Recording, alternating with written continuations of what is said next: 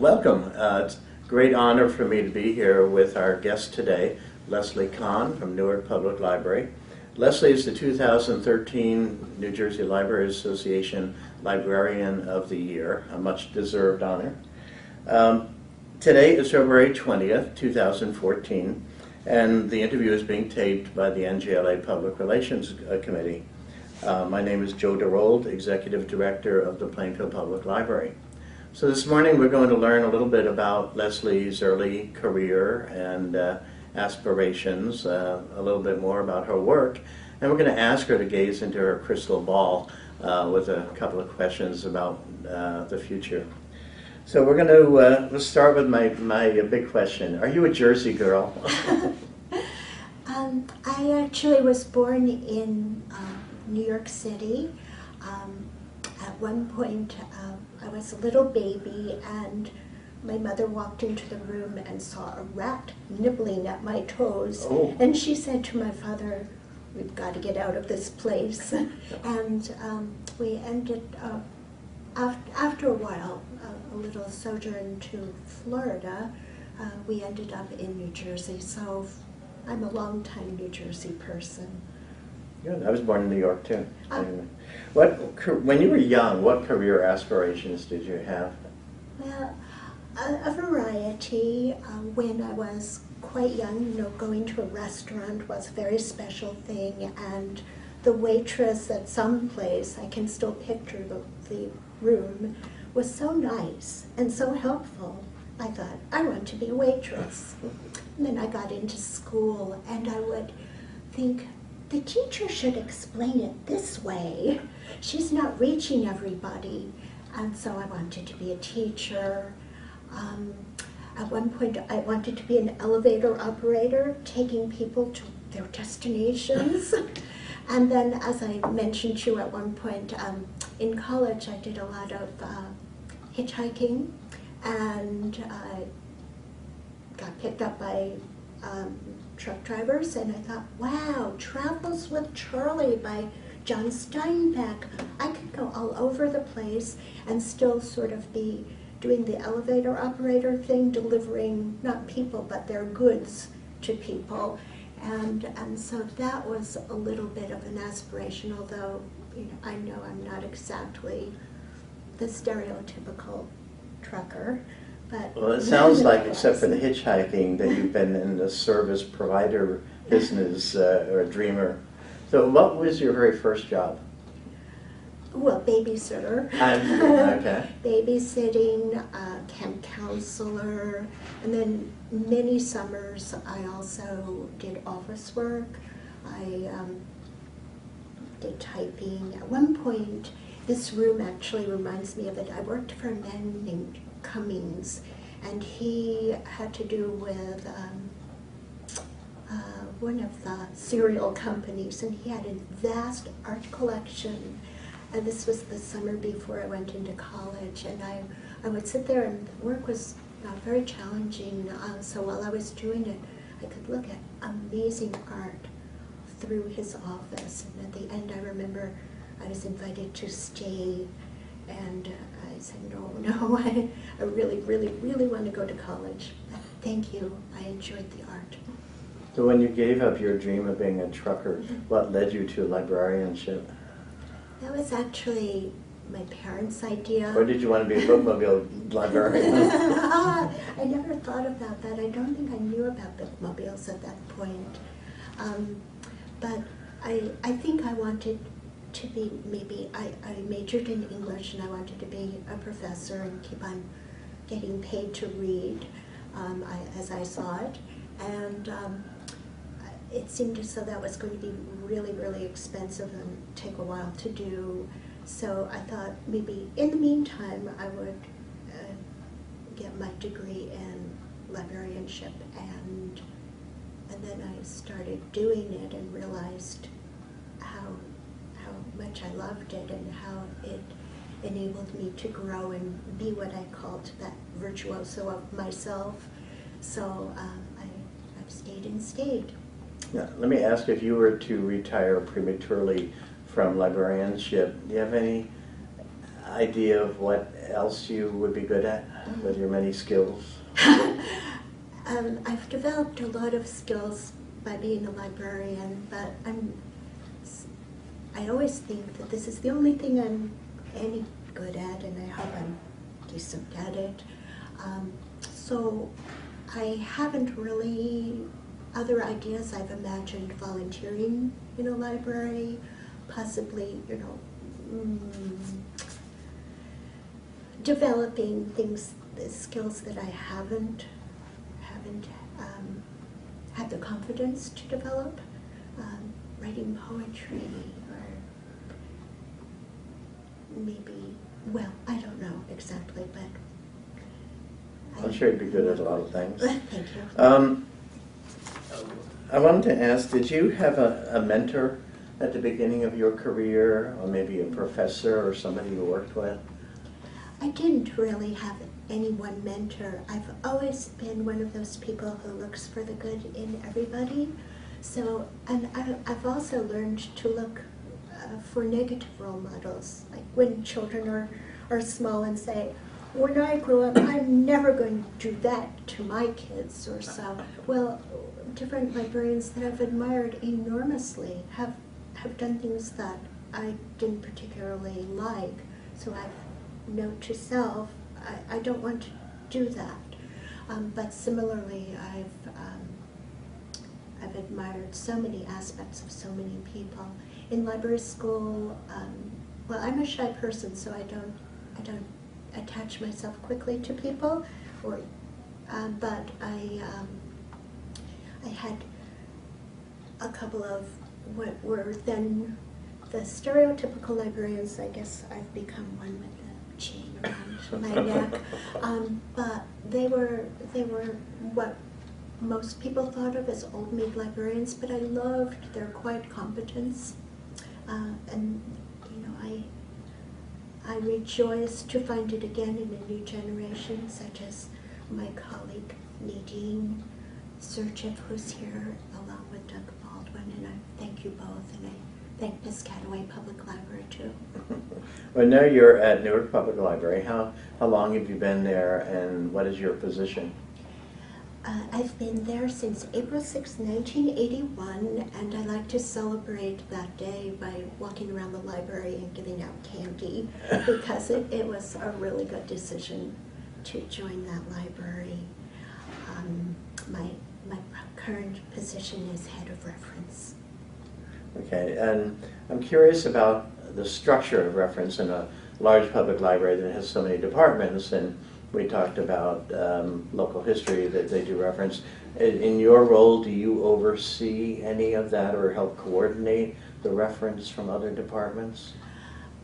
I don't coordinate anything with the branches. I serve, or we serve, all of us in the reference area, as a resource for the branches, just as if Plainfield Public Library were to call with a reference question, so do we answer questions from our colleagues at the branches who best know their communities.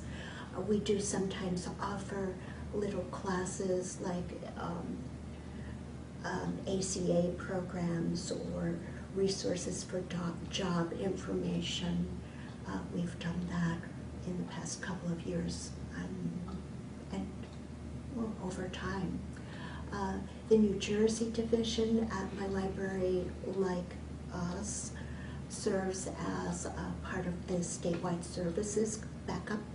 So to some extent, I get to see their questions and ask questions about how they've made certain approaches to answering and delivering services.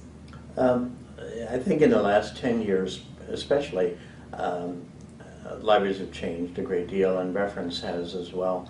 Have you seen a change in the type of reference questions that you get, or in the way that you deliver the services? Nothing has gone away. Some people think that ready reference is gone and done with. We still get such questions. People will ask, there's one person known in my library as Grammar Lady. I love grammar, so I love her questions. Not everybody feels the same. So we do still get ready reference, but the biggest change I have seen is that whereas in olden days somebody would ask for the date of birth of Joe DaRold, and we would find a book likely to have an article about this eminent library director and hand it to the person. I used to get teased because I would open the book to the article on him, whereas other people thought, oh, well, the patron can do that on her own or his own. Nowadays, our questions are much more process-oriented. So somebody may ask, how do you set up a camera for an interview? And the person doesn't necessarily want to be handed a book. That person wants us to look at the book together with him or her and say, well, it looks as though first you do this and then you do that, but you need to consider all these aspects. So it's very much more, time-consuming certainly, but also a great learning experience as opposed to facts. I was head of the Warner Research Collection in Burbank Library for a while, and although it was a fee-based service, but the delivery of service was very different. It was very mediated because we didn't just hand them the book. We had to give them the precise information, whether it was a question about costuming or whatever. So it was really an intense personal relationship. You know, they would come back to you because they respected what research you had done to give them the correct information. Sure. And on top of that, of course, now people can not only telephone, but text and email, ask on Facebook a reference question, and have materials scanned and sent to them. So we have beautiful buildings, and we also extend our reach outward.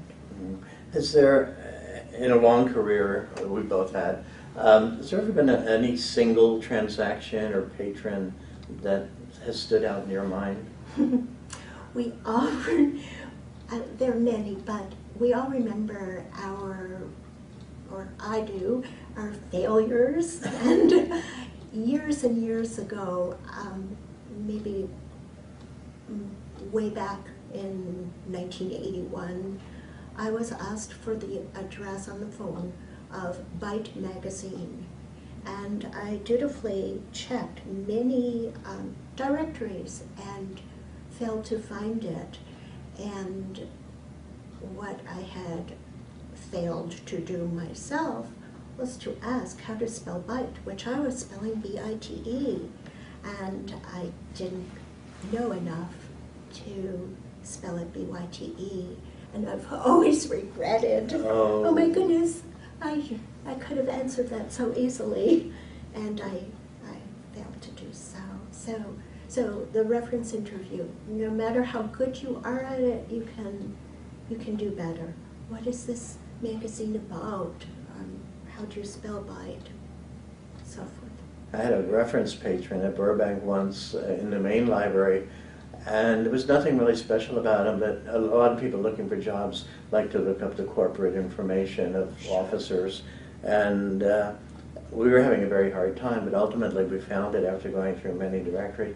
He was just so in awe and appreciative. I have no idea who he was or anything, but somehow that always stood out in my mind, and I think it's because librarians have a certain perseverance in, you know, like a dog with a bone, we're not going to let go until we've got the answer. That's right. And for a while on Facebook, I had a little series, librarians do that, and every day people say, oh my goodness, I can't believe that the library was able to furnish me with this information or this service or this contact.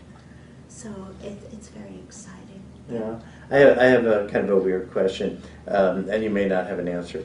But with so many standard reference books having gone online, was there any particular reference book that you just loved, that you loved to handle or find the information? I am still dazzled by technology, and the searchability of online resources thrills me. Materials that I, in the past, might not, I had the book, but I might not have found the information because indexing just would never lead me to it, or it would have taken me forever. And for art questions, sometimes indeed we still do go page by page through a resource to find information. So there's nothing I can think of that I really miss as a book, but I do love books and I do love handling them. And there are some books of sort of trivia. There's an old set by somebody named Stimson from probably the 1930s. And occasionally I'll still turn to that. I wish that could be digitized. I wish our New Jersey division materials, we had the money to digitize so much more. So, not to be contrary with your question, but no, I'm good with this. Okay, all right. I think most of us who are librarians are in the field because of our desire to help people. But what's always impressed me about you is that you're proactive about helping other librarians. And where does this come from? I mean, you don't just sit at Newark and intermingle with your own staff and patrons. You're always out either on the speaker circuit or sending out texts saying, look, we have information, contact us. Well, I love librarians. I like libraries. I feel as though librarians really embody the library's missions and purposes in so many ways. I'm crazy about librarians, so of course Well, we appreciate everything you do. feel the love. When at the library conference last year, when the announcement was made that you were the new librarian of the year, there was a huge audience response. You might have been a little bit too numb to take it all in, but what did that mean to you to be selected? Oh, well, I felt as though it was such a wonderful boost for the Newark Public Library, which really has nurtured my development. I also moonlighted at Union County College Library and have learned a lot there at the Plainfield location here. So that meant a great deal to me, that we could celebrate, local girl makes good kind of thing. But I was also really embarrassed and kept thinking, oh my goodness, how can I live up to this? But I hope I have a few more years to do right by the title, and I can't wait to. I have all kinds of librarians in New Jersey I admire so much, and over the years I've made nominations for Librarian of the Year, and I even succeeded with other people in celebrating one of our colleagues one year, and I look forward to continuing to do that, to do this, because it's really wonderful to honor librarians. And so my honor is everybody's. Do you want to name names in terms of people that you admire, or not? You don't have to. The list is gigantic. If I would, if I named just New Jersey librarians, I fear I would forget somebody.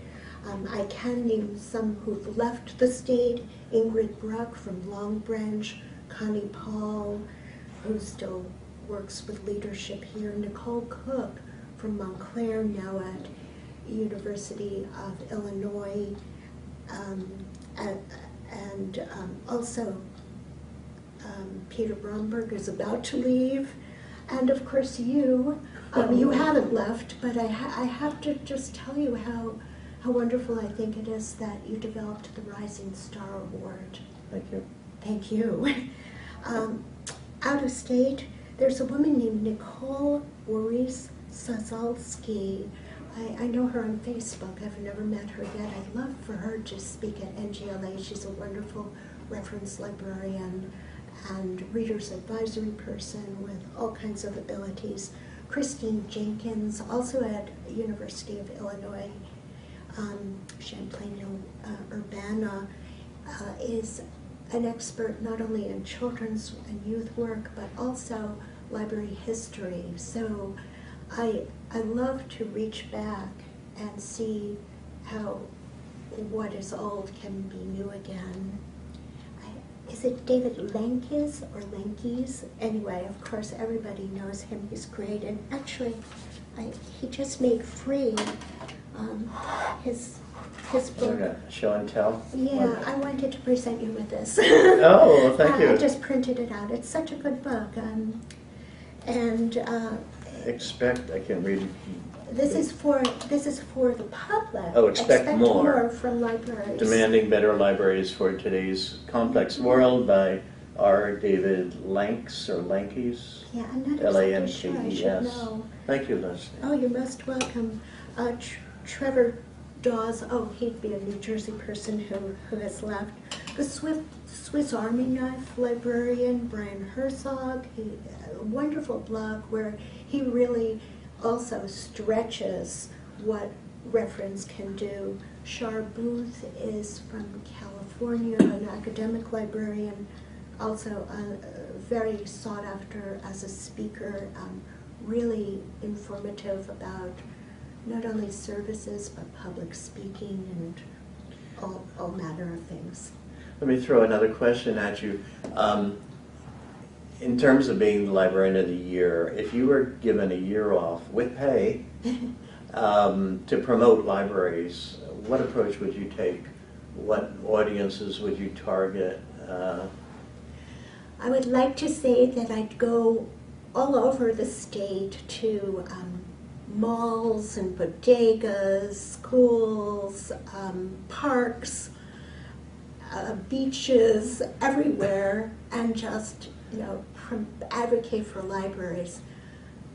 What I worry about is, as a bashful person, that would require so much courage. Just doing this interview is a little difficult. So what I think might be more my style is to walk around to libraries or drive around to libraries and sort of shadow Doug Baldwin and admire him and tell him so. Our cameraman. Yes. Or, go from place to place and just let everybody know what phenomenal work they're doing. And as you said, that is my style. I'm a big cheerleader for librarians. Yeah, I sometimes think there's not enough exchange. A lot of our colleagues do so much wonderful work that's not recognized, but not necessarily even on the Librarian of the Year level, but small things that they do that make their library better, make it easier for their colleagues. Yeah, just yesterday, a person we sent to the stacks for an ASVAB test preparation book came back, he hadn't found it, and we have a new person working on a grant to help people with job information in classes, and she was shadowing us at the reference desk.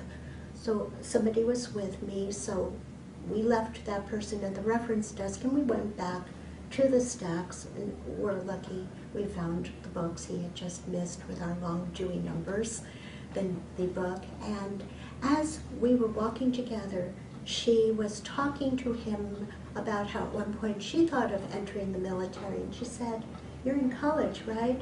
Did you take the SAT? If you took the SAT and passed it, you'll do fine with ASVAB." And I loved that self-disclosure, that encouragement that she exhibited there.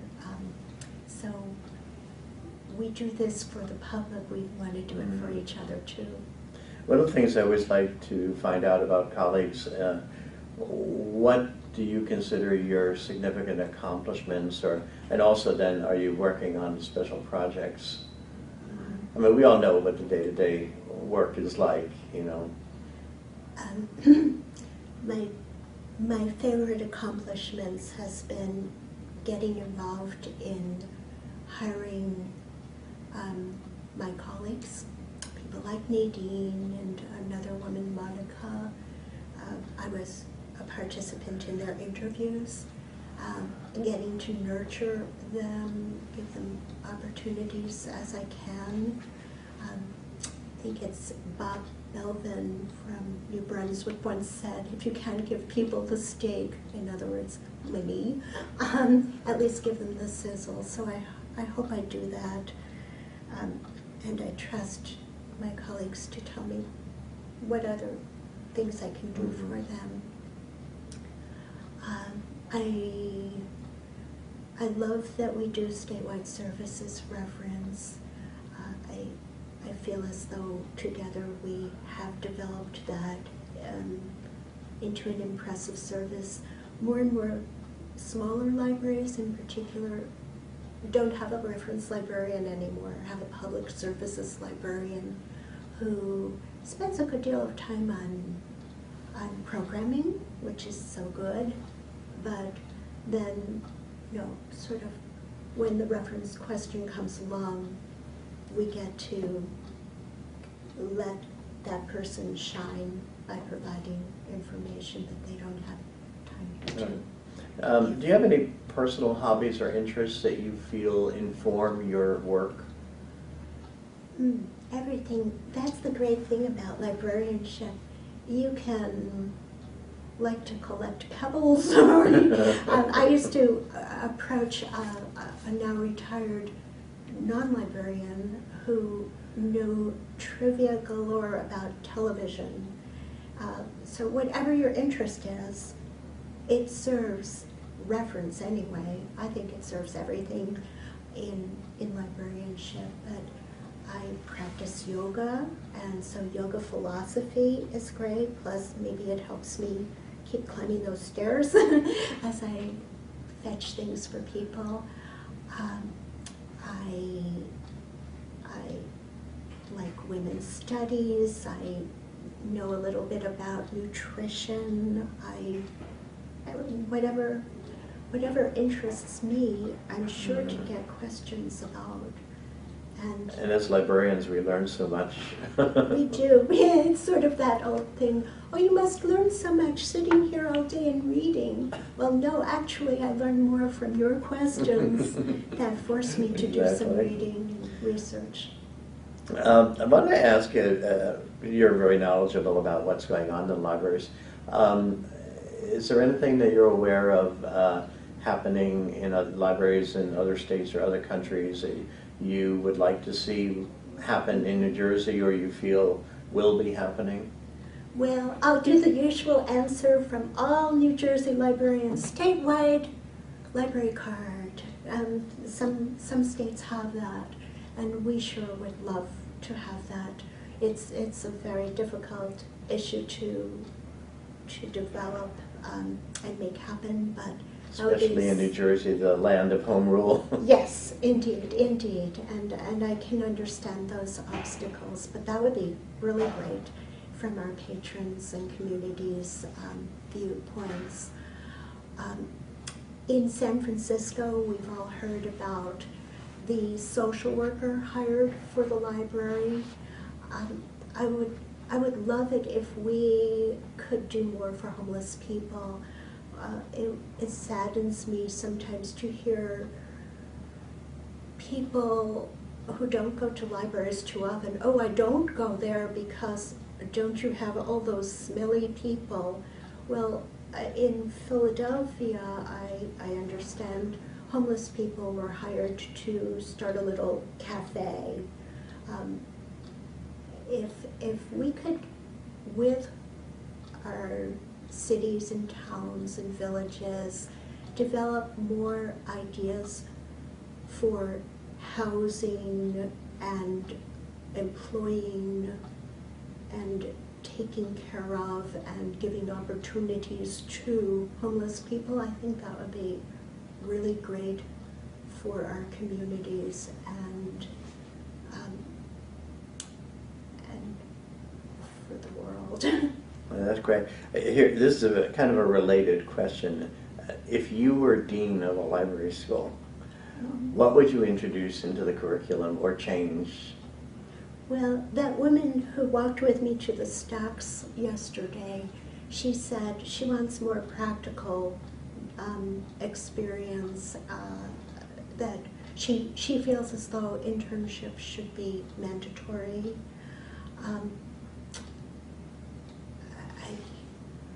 I certainly would like a little bit more visiting of libraries and related institutions so that people get to understand the contexts of the education.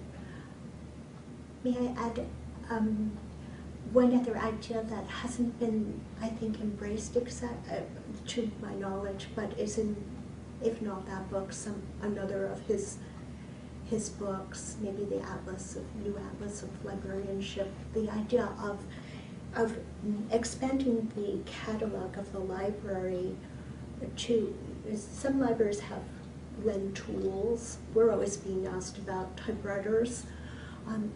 And sometimes that's just not practical to maintain a lawnmower as well as a snow blower as well as cooking equipment. Might be rather time consuming and expensive, but his idea, David Lanka's idea, was to say, well, Doug Baldwin has a snow blower that he is willing to lend to neighbors under certain conditions and have that right in the catalog. I think that's really exciting and a wonderful addition. I have to laugh because everything old is new again.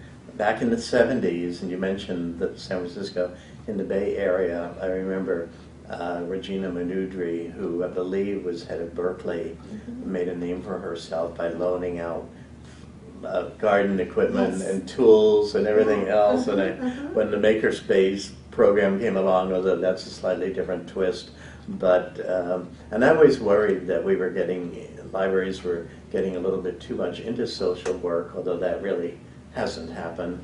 But I think we found an interesting position. Yes. Because we do so much with adult literacy and citizenship prep and GED training and everything. We're not social workers, but we have our ear and eyes on the community to recognize what the needs are. Yeah. But snowblower is certainly a timely answer. Leslie, what advice would you give to a student who is entering library school or thinking about it? Well, obviously everybody knows the practical part about you might live in genteel poverty, but the main thing I think is different about libraries now from back when I was in library school was then I learned how to use tools. And now librarians are developing tools so much more. In my library we have a song index that we've created, and people then see what sheet music we have. But so much more is happening. And here I would think about Rahway Public Library, where Mark Lesniak is doing a great deal. So maybe catalogers have always created a tool, but now everybody, I think, wants to be thinking about that and using technology to make the library so much more robust. Mm-hmm. You mentioned this earlier. I would always, like to recommend that they work in the library or volunteer to get a feel for what they want to do. I don't think they realize how many different aspects of librarianship. I mean, there's always been the college, university, which is very different type. And then you come into a public library where you have children's work, you have local history, archives, not to mention literacy and special services. And, it seems to me it would be wonderful, and especially if the library schools, were behind this, to give them the opportunity to see before they make a big commitment, because it's a very, you may be very unhappy in one department, but be extremely excited, in local history. So I think that's one area where the library schools need to have a better handle on what libraries are doing. I think my soapbox, sorry. No, I love it. So, I had already told you I was going to ask this. What are you reading right now? Because everybody wants to know what somebody's reading. Yeah, and I keep on, I don't know, blanking out on the topic. Well, one book I'm reading, actually, Elsa from the Plainfield Campus Library of Union County College gave me a book on the psoas. I've been feeling some aches and pains that somehow I haven't addressed with my yoga, and I think this book is going to help me enormously. So I do read mostly imaginative literature, the perpetual English major, but that book is great. And I just read Afterlife by Alice Munro, whose every book I think I've read. I find her just wonderfully representative of how modesty can flower into something universal and embracing so many people's desires and problems and entire lifespans.